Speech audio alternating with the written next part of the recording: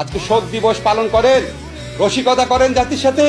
আবু সাঈদের বুকে এইভাবে গুলি করার পর এজাহারে লেখা হয়েছে আন্দোলনকারী ইট পাটকেলে ফাজলামি করেন আমাদের সাথে। আমিও প্রতি রাতে ঘুমাতে পারি না। কালকে ফোন এসেছে বেসরকারি বিশ্ববিদ্যালয়ের ছেলেমেয়েদেরকে ভাটারা থানায় ধরে নেওয়া হয়েছে, অত্যাচার করা হয়েছে। কালকেই ফোন এসেছে বাংলা বিভাগের একজন ছাত্রকে ধরে নিয়ে যাওয়া হয়েছে। কালকেই ফোন এসেছে একটা জায়গায় ব্লক রেড করা হচ্ছে, কথা শুনতে পাচ্ছিলাম না। এর আগে শুনেছি আমরা বিভিন্ন জায়গাতে কারফিউ জারি করে চারদিকে ঘিরে ধরে হেলিকপ্টারের আলো ফেলে বাংলাদেশের ছাত্র তরুণ কিশোরদেরকে গণগ্রেফতার করা হচ্ছে। গায়ে দেখা হচ্ছে আঘাতের চিহ্ন আছে নাকি, আঘাতের চিহ্ন মানে হচ্ছে সে আন্দোলনে ছিল, তারপর গ্রেফতার করা হচ্ছে।